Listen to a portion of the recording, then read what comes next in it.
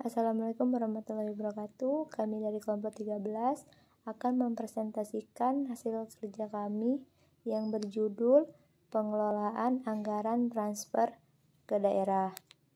Mata kuliah Manajemen Belanja Daerah dengan dosen pengampu Bapak Faiz Arif Jamil. Berikut rekan saya. Yang pertama yaitu ada Arda Jiter, yang kedua ada Armigo Fadli, dan yang ketiga saya sendiri yaitu Ayu Asana. Baiklah, kita langsung saja. Sebelum masuk ke materi yang pertama, kita harus tahu apa itu pengertian dari transfer ke daerah. Transfer ke daerah adalah dana yang bersumber dari anggaran pendapatan dan belanja daerah, belanja negara atau APBN yang dialokasikan kepada daerah dalam rangka pelaksanaan desentralisasi yang terdiri dari dana perimbangan dan dana otonomi khusus dan penyesuaian.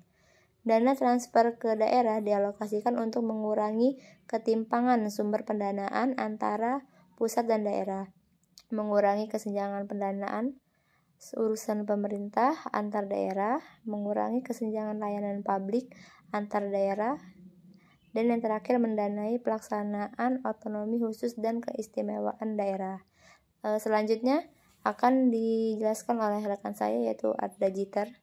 Kepada Arda Jiter, saya persilakan.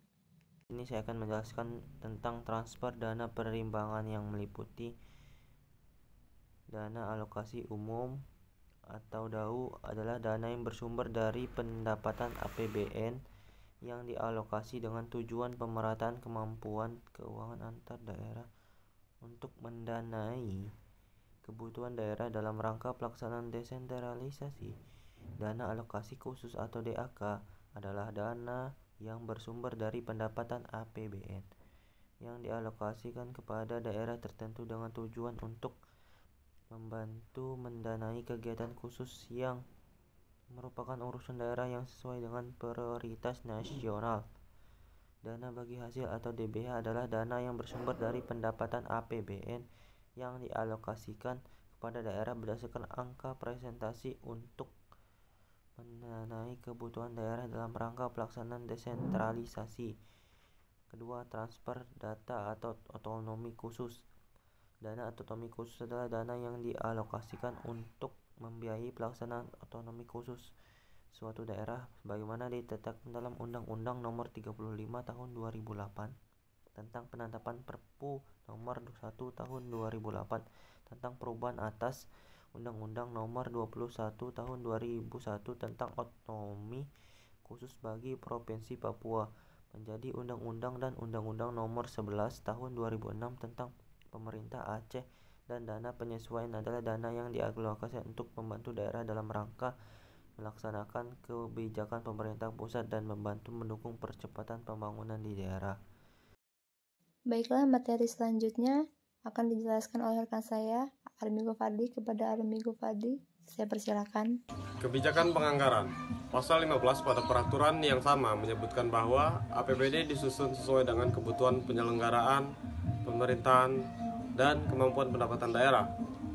Penyusunan APBD dimaksud berpedoman kepada RPKD dalam rangka mewujudkan pelayanan kepada masyarakat untuk tercapainya tujuan bernegara.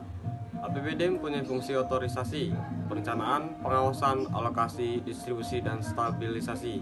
Selain mempunyai fungsi sebagai alokasi, distribusi, dan stabilisasi dalam pengelolaan perekonomian daerah, APBD juga merupakan salah satu instrumen yang menjamin terciptanya disiplin dalam proses pengambilan keputusan terkait dengan kebijakan pendapatan maupun belanja daerah. Kebijakan pengalokasian. Berdasarkan pasal 102 ayat 2 Peraturan Menteri Keuangan Nomor 48 PMK .07 2016 tentang pengelolaan TKDD, besaran pengalokasian dana transfer umum untuk belanja infrastruktur tahun anggaran 2016 ditetapkan sekurang-kurangnya 15% untuk belanja modal dan belanja barang atau jasa yang langsung terkait dengan fasilitas pelayanan publik. Sedangkan untuk tahun anggaran 2017 sampai dengan tahun 2020, sebagaimana telah diatur dalam Undang-Undang tentang APBN di setiap tahun berjalan, pengalokasian DTU untuk belanja infrastruktur mengalami peningkatan persentase menjadi paling sedikit 25%.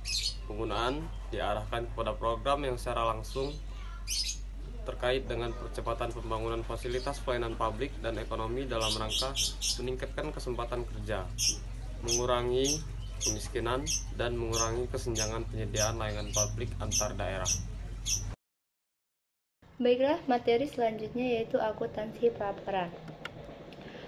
Unit akuntansi, kuasa penggunaan anggaran, melaksanakan fungsi akuntansi dan pelaporan atas pelaksanaan anggaran pada tingkat Satker.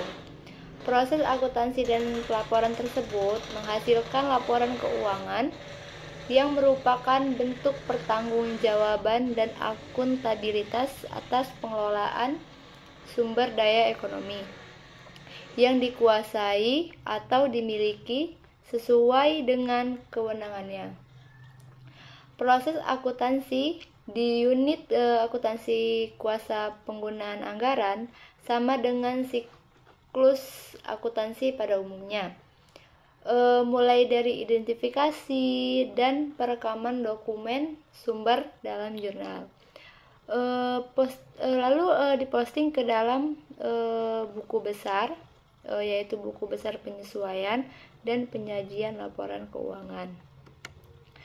Selanjutnya, suatu tahapan dalam siklus akuntansi, dokumen sumber dicatat dalam jurnal.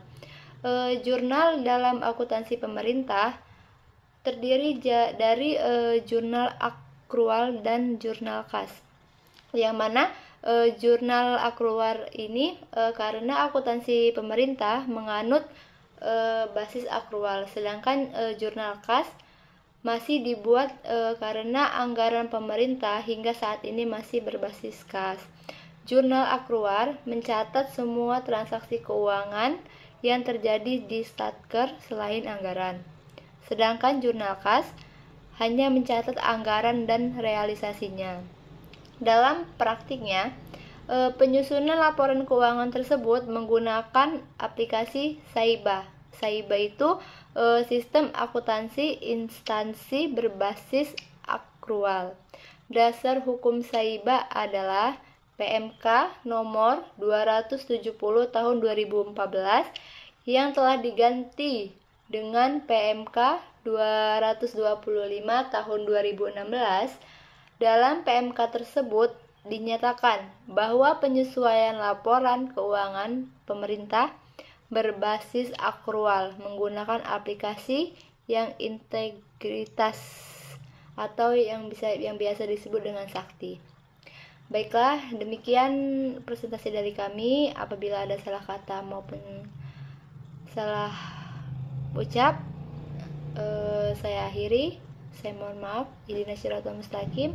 Wallahul muwaffiq ila aqwamit thoriq. Wassalamualaikum warahmatullahi wabarakatuh.